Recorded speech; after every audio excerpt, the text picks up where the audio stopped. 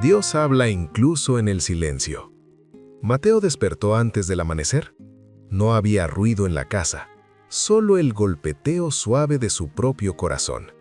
Llevaba semanas pidiendo respuestas y sentía que el cielo guardaba silencio. Aquella mañana decidió no decir nada en su oración. Cerró los ojos y dejó que el silencio lo envolviera. En ese espacio quieto, sintió algo que no era una voz, pero tampoco era imaginación. Una certeza sencilla. Dios no lo había dejado solo. Entendió que a veces Dios no responde con palabras, sino con presencia. Dios guía paso a paso, no de golpe. Mateo siempre quiso tener el mapa completo de su vida, pero cada vez que trataba de planearlo todo, algo cambiaba. Durante una caminata por un sendero de montaña, conoció a una mujer mayor que caminaba con un bastón.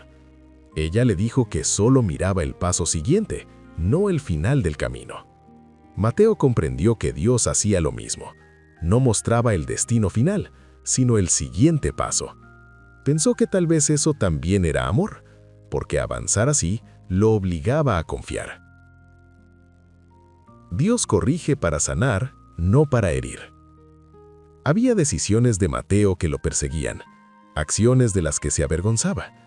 En su oración de un día cualquiera, sintió un peso que se confundía con culpa, pero al mirarlo con calma, descubrió otra cosa. Era una invitación a cambiar, no una condena. Tuvo claro que Dios no lo señalaba para aplastarlo, lo señalaba para limpiarlo. Esa verdad lo hizo llorar, porque entendió que la corrección divina no castiga, transforma. Dios ve lo que nadie más ve. Una tarde, mientras ayudaba a cargar cajas en la iglesia, un niño se acercó a Mateo para mostrarle un dibujo. Era un sol gigante con un corazón en el centro. El niño dijo que así veía a Dios, grande y atento. Mateo recordó los días en que se sintió invisible entre la multitud, como si su vida no contara. Ese dibujo infantil le recordó que Dios veía lo que otros no. Veía su cansancio, sus temores, sus sueños. Veía incluso lo que él trataba de esconder. Dios sorprende en el punto donde uno piensa que todo terminó. La crisis llegó cuando Mateo perdió su trabajo. Pasó noches enteras pensando que ese era el final de su estabilidad, pero justo cuando se sentía más perdido, recibió una llamada de un amigo que necesitaba ayuda en un proyecto. Algo modesto, pero suficiente para empezar de nuevo. Mateo entendió que Dios tenía la costumbre de abrir puertas cuando las fuerzas humanas ya no podían hacerlo. En ese momento, aprendió que sus finales nunca eran finales para Dios. Dios fortalece lo que está débil, no lo que finge ser fuerte. Mateo intentó por años mostrarse fuerte para no preocupar a su familia, pero un día no pudo más. Se quebró delante de su hermano y confesó que estaba cansado de sostenerlo todo. Su hermano lo escuchó con calma y le dijo que no tenía que cargar solo. Esa noche, Mateo habló con Dios sin máscaras ni adornos. Allí, desde su debilidad descubierta, sintió una fuerza nueva. Dios no esperaba apariencias, esperaba sinceridad. Dios restaura lo que el tiempo no pudo arreglar.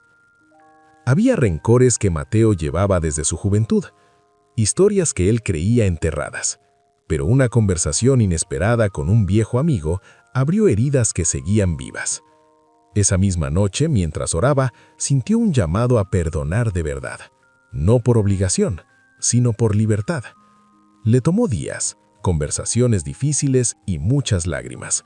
Al final descubrió que Dios podía restaurar incluso aquello que parecía soldado para siempre. Había esperanza donde antes solo veía cicatrices. Dios invita, no empuja. En la comunidad de su iglesia, Mateo conoció personas que habían llegado por crisis, otras por curiosidad y otras por convicción.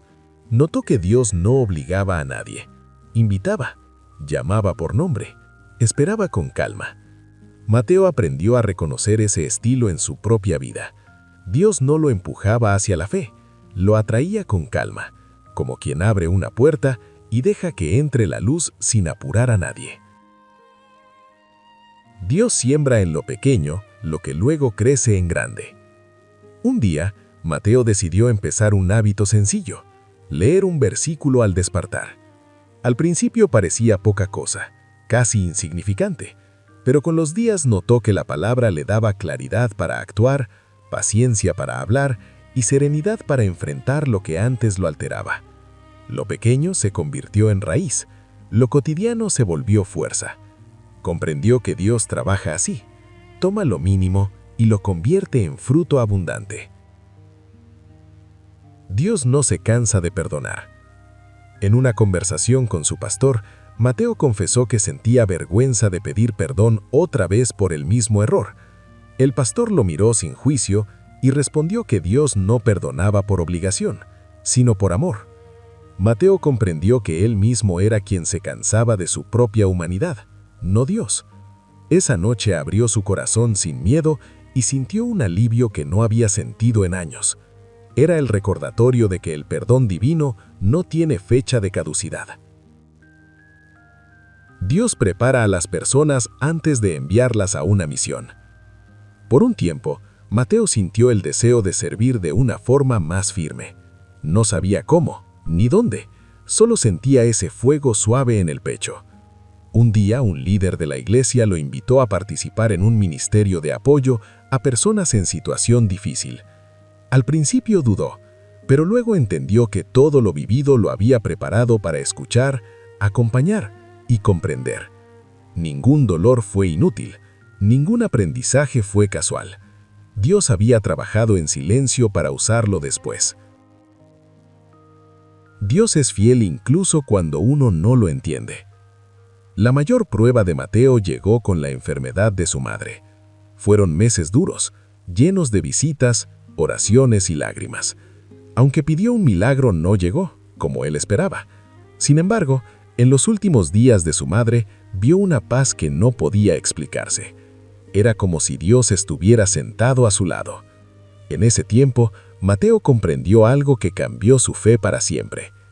Dios no siempre responde como uno quiere, pero siempre acompaña, siempre sostiene y siempre cumple sus promesas, aunque sea de una forma que supera la lógica humana.